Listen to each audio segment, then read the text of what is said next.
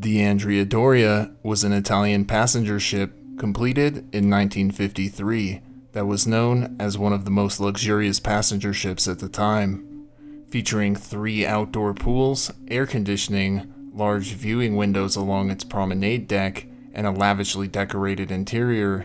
The luxuries aboard this vessel offered to passengers were unprecedented at the time. This large ocean liner was 700 feet long and was capable of carrying over 1,200 passengers at one time. The Andrea Doria was intended to be used for transatlantic crossings and would complete over 50 of these voyages over the next 3 years. However, the Andrea Doria's 51st transatlantic voyage would also be its last. On the foggy evening of July 26, 1956, 52 miles off the shore of Nantucket Island, Massachusetts, with 1,706 people aboard, catastrophe struck the Andrea Doria. As the Andrea Doria made its way inland following its crossing of the Atlantic Ocean, it was struck by another, smaller outgoing ocean liner, the MS Stockholm. The Stockholm was fitted with an ice-breaking bow, and upon colliding with the Andrea Doria, created a large gash in its hull, causing the Andrea Doria to begin taking on water, which caused the ship to list. After several hours of taking on water, the Andrea Doria sank to the ocean floor, coming to rest 250 feet below the water's surface. Ultimately, 51 people lost their lives in this collision, 46 people from aboard the Andrea Doria, and 5 from aboard the Stockholm. In the years following this disaster, the wreckage of the Andrea Doria began to garner a reputation within the diving community as a challenging and unique diving site for adventurous divers to explore. Aside from the opportunity to explore such a massive, luxurious ocean liner, many of these divers also sought to scavenge the ship for valuables that had been long since forgotten since the Andrea Doria had come to rest on the seafloor.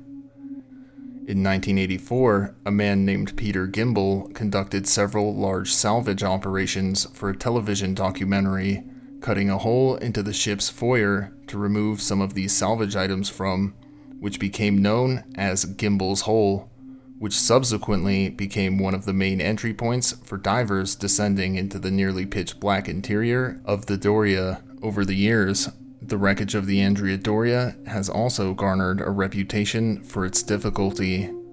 The highest point of the Andrea Doria rests approximately 160 feet below the surface, with its lowest point reaching a depth of 250 feet. Due to the depth of the wreckage, divers must complete a staged decompression while ascending from their dives to avoid experiencing potentially fatal decompression sickness, and diving to such depths also requires the use of specially blended breathing gases known as trimix to avoid experiencing the impairing effects of nitrogen narcosis. To further compound the difficulty of the dive, the site is located in frigid waters that seldom reach temperatures above 45 degrees Fahrenheit, even in the summertime, and the wreckage is also situated within a strong Atlantic current. Thus, the site has often been referred to as the Mount Everest of diving, as the dive is dangerous, challenging, and also greatly rewarding, and a testament to a diver's skill. One of the most highly sought-after items by divers was the fine china from the dining areas and storage closets, as the dishware was emblazoned with the ship's name, and served as a desirable trophy for divers to show that they had dived the site and adventured deep within the structure of the ship. However, much like Mount Everest, many of the adventurous divers who dared venture into the wreckage of the Doria would also lose their lives whilst doing so. On June 23, 1998, a man named Craig Sicola embarked onto a small chartered ship named the Seeker in Montauk, New York, which was headed out to the wreckage of the Doria for its first trip of the season. Craig had been avidly anticipating his trip to the site for quite some time, and was determined to return from the excursion with some of the Doria's highly coveted fine china. Once the boat had arrived at its destination, The Seeker's skipper, a man named Dan Crowell, warned the divers on the charter, as he always did, that it would be wise to stay on the exterior of the Doria for this first initial dive in order to become familiar with the ship and the conditions of the waters, as this would not be their only opportunity to explore it, as they would be there for several days. Craig Sikola and several other divers readied their gear and descended into the water towards the wreckage below. As he descended, Craig laid out his bright yellow guideline made of a lightweight nylon. When factoring in needed decompression time, most divers are left with about 20 minutes to explore the ship before they need to begin their ascent, and the extremely excited Craig had seemingly lost track of the time he had spent at the wreckage and realized that he would need to ascend rather quickly before he ran out of breathing gas. He then tied his guideline to the hull of the Doria and sent a float up the line to the surface. He then began to slowly follow the line up to the surface, but became entangled in his line as he did so, as the strong currents caused the lightweight line to whip about within the water. However, another diver had noticed that he had become stuck and quickly came to his aid, cutting him free from his line. Despite this harrowing experience, Craig was still eager to explore the wreckage and jumped at the chance to make another trip to the wreckage later that afternoon. Craig Sikola and another diver, a man named Paul Whitaker, began their descent to the wreckage of the Doria and entered the ship via Gimbel's Hole. The pair, led by Craig, made a turn into a hallway in the ship's interior towards a room that was known to contain some of the ship's china, but the two men overshot their intended destination by about 10 feet and realized they had to turn around. Using their hands and flippers to slow themselves, they kicked up the rusty silt that had settled within the ship and were blinded by the clouds of particulates. Paul was the first to decide to abandon the dive and begin his ascent, a decision which Craig soon mirrored, and Paul reached the surface just after 5 p.m. that afternoon, with Craig resurfacing about 20 minutes later. While Paul and Craig had been unsuccessful in their attempt to locate the ship's china, other members of the charter had managed to resurface with several plates and cups, some in pristine condition, which Paul noted seemingly made Craig quite envious.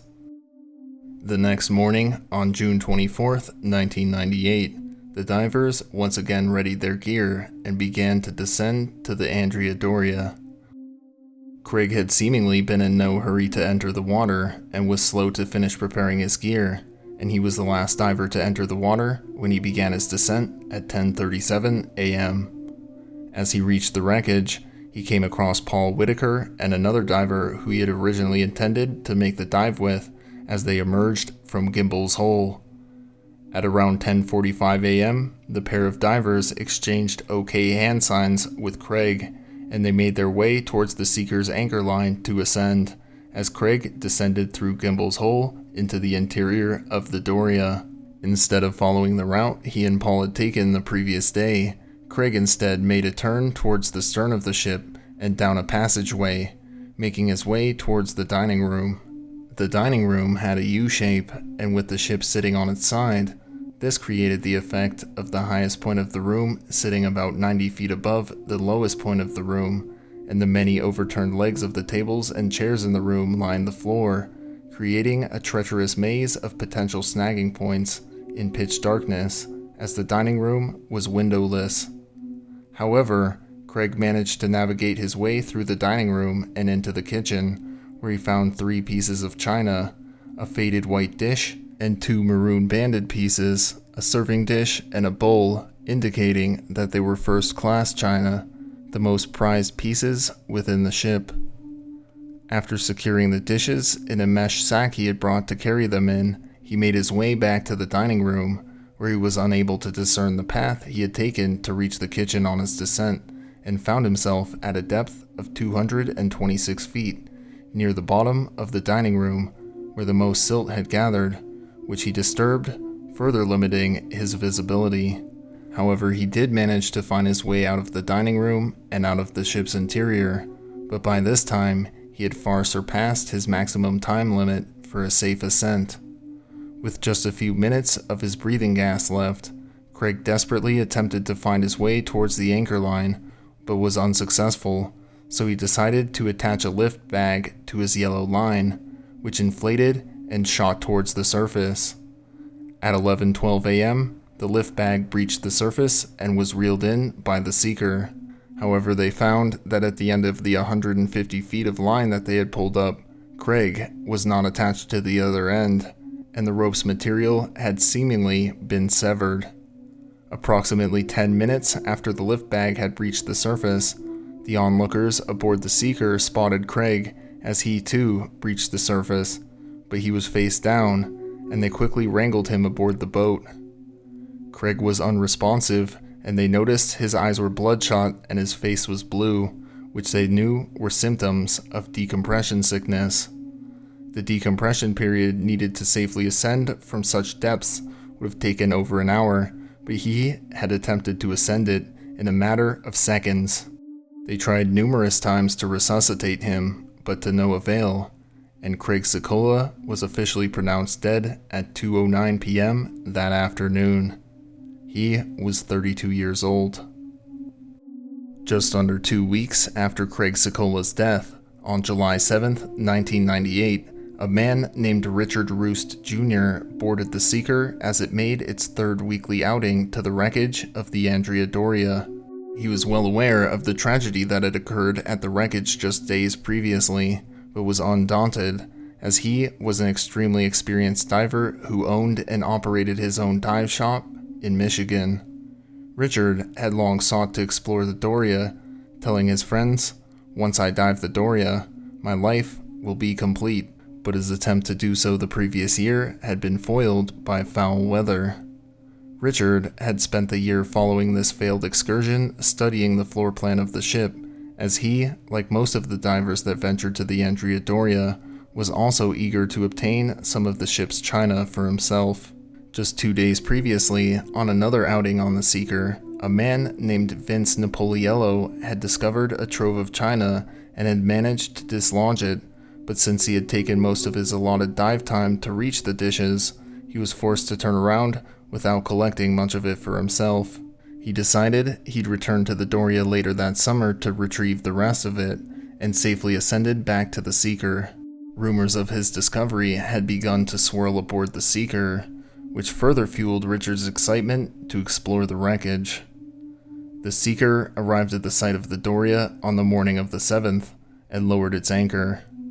This time, another charter boat named the Wahoo had also anchored at the Doria, not far from where the Seeker dropped their anchor.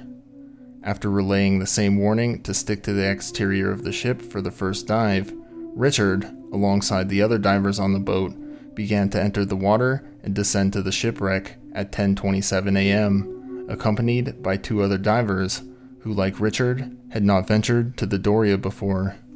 Unlike his 2 partners, Richard did not attempt to enter the ship even in jest, and his dive partners also noted that Richard seemed remarkably comfortable and relaxed, and moved through the water with much greater ease than either of them could possibly manage to.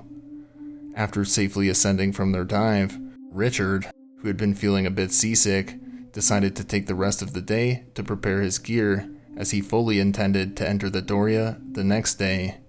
And so, at 7:59 a.m. on the morning of July 8th, Richard began his descent, alone this time, to the wreckage site and entered the Doria through Gimbel's Hole. He quickly made his way to the china closet that had been discovered on the trip that Craig Sikola had perished on, that had yielded the most pristine pieces, and grabbed 3 dishes and a cup, all emblazoned with the maroon striping that indicated that it was indeed first-class china. He then made his way to the ship's exterior and towards the promenade deck, where he again entered the interior of the Doria. He looked around and took mental notes of his surroundings before ascending back to the Seeker. Upon returning to the deck, he chatted with the ship's captain, Dan Crowell, who was also an experienced diver, about his excursion, and told him that the interior was not as dark as he had expected, especially on the promenade deck, as the windows allowed the sunlight to illuminate the room, which reassured him.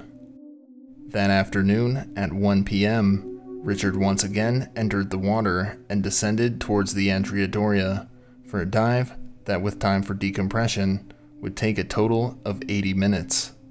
Like with his previous excursion that day, Richard decided to dive solo. After he slipped beneath the surface of the water that afternoon, he would never be seen alive again. At 2:38 p.m., nearly 20 minutes after his scheduled resurfacing time, another diver who had set off after Richard expressed his surprise that Richard had not yet resurfaced, and he had not seen him during his ascent, so he had assumed that Richard had surfaced early. At 2:43 p.m., Richard was marked as overdue for his return, and the skipper of the Seeker made contact with the Wahoo to inquire whether Richard had potentially ascended the Wahoo's anchor line mistakenly, which the Wahoo confirmed he had not, and asked if any of their divers had seen him or knew his whereabouts within the ship. However, much like the divers aboard the Seeker, none of the divers aboard the Wahoo had come across Richard during their dives either. As the minutes passed, they knew that Richard would surely have run out of breathing gases, and knew that when they did locate him, he would be dead. Crowell contacted the Coast Guard, who began an aerial search of the surrounding waters for Richard in case his body had floated away from the wreck to the surface. The divers aboard the Seeker organized a search party and speculated where Richard could possibly be. Some of the divers said that as they were leaving the wreckage, they noticed a large amount of silt had been stirred up in Gimbel's hole, and Crowell also mentioned that Richard had told him that he was eager to explore the swimming pools of the ship. So at around 6:30 p.m. that evening, the rescue team split in two, with one party searching Gimbel's hole, while the other searched the swimming pools, but neither group found any sign of Richard. The Coast Guard continued its aerial search until 8 p.m., and all recovery operations were then suspended until the following day. The following morning, both the Coast Guard and the divers resumed their searches, with Crowell and another diver beginning the underwater efforts to locate Richard at 9:37 a.m. They searched the foyer's kitchen, various hallways and stairways as well as the dining room, but found no trace of him. The other group of divers combed the exterior of the ship for any signs of Richard, but were also unsuccessful in their efforts. At 12:15 p.m., two divers who both had extensive experience and knowledge of the Doria's interior from their numerous visits to the site made their way into the ship and towards the promenade deck, the area with the large windows that Richard had mentioned that he had felt comfortable with exploring because it was so well lit, but they found no sign of him. Finally, the duo decided to check the cabin-class ballroom, where they then found Richard's body wedged between two tables at a depth of 210 feet. He was 45 years old. On the evening of August 3, 1998, Vince Napoliello, the diver that had discovered the cache of dishes the week after Craig Sicola's death, once again boarded the Seeker in Montauk, New York, for the final time, as he swore to his fiancée that this would definitely be his last trip to the Doria. The Seeker arrived at the site of the wreckage the following morning and joined another charter boat moored there, the Sea Inn. Vince was a highly skilled diver and was familiar with the diving conditions of the Andrea Doria site, as he had visited the location numerous times throughout his life. The following day, at just after 3 p.m., he donned his wetsuit for his upcoming dive to the Doria for the second time that day. As for the first dive, he had stayed on the exterior of the ship, as was the custom. Vince was an astute man and had labeled his breathing gas tanks with the percentages of the gases contained within them, a common practice for divers using multiple different gas mixes. For his primary breathing gas tanks, he used a blend of 53% nitrogen, 30% helium, and 17% oxygen. He also brought along with him two smaller yellow gas cylinders to use during the decompression stops on his ascent, with higher oxygen concentrations than his primary gas tanks. One of these cylinders contained 36% oxygen, and the other contained 80% oxygen.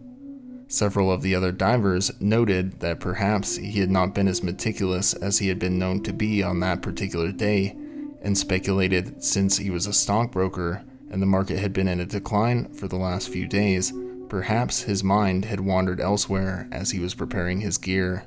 His diving partner for the next dive noticed that his two decompression cylinders were labeled 80% oxygen and 81.3% oxygen, and asked him about it.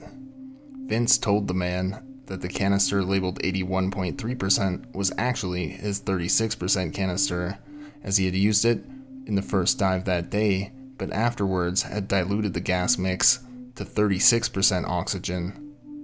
At 3:40 p.m., Vince and his partner for the dive, a man named Dennis Murphy, began their descent to the Doria. Vince and Dennis then entered the Andrea Doria through Gimbel's hole and made their way to the china closet.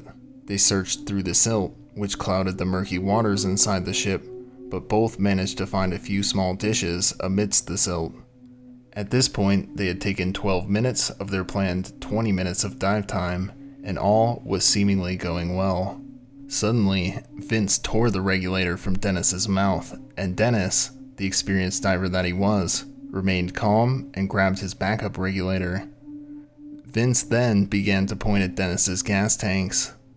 Dennis yelled to Vince, "Are you out of air?" And Vince replied saying, "No, no, no, no, no, no." Upon hearing this, Dennis began to worry that his gas cylinders might be leaking and shouted again, "Let's get the fuck out of here." As they exited the interior of the Doria, Dennis took back his regulator and began to make his way towards the Seeker's anchor line, but Vince began to swim in the opposite direction. Since it had been 18 minutes since the start of their dive, Dennis began to ascend 100 feet for his first decompression stop at 4:03 p.m. and noticed that Vince was still swimming along the hull of the ship.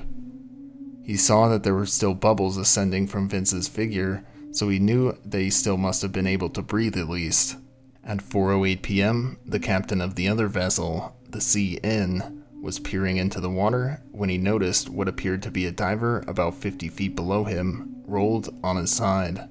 He at first thought that the figure in the water was just adjusting his equipment, but soon realized that he was not moving at all. He called for all the divers aboard the boat to come assist the diver, and they quickly sprung into action. The motionless diver was Vince, and they quickly hoisted him aboard the CN and began to attempt to resuscitate him. One of the divers aboard the vessel quickly noticed his 2 ascension tanks labels and yelled out to the captain, "He's got 2 bottles of 80%.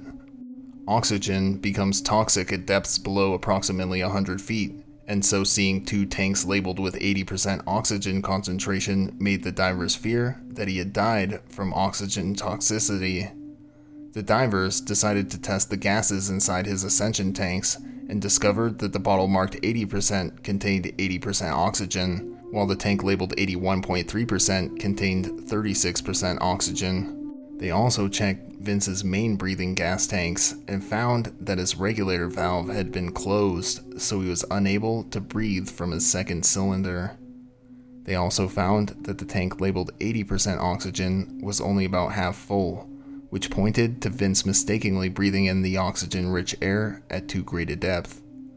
Despite the efforts to resuscitate him, Vince remained unresponsive, and at 5:25 p.m. he was loaded aboard a Coast Guard helicopter and removed from the wreckage site. His cause of death was officially listed as drowning, although the medical examiner noted that oxygen toxicity was a probable cause in the accident, as it would have caused him to uncontrollably convulse, although they also noted that it was possible that the cylinder just could have been underfilled and Vince could have simply run out of the remainder of his gas and drowned before floating to the surface. He was 32 years old. Thank you all for watching.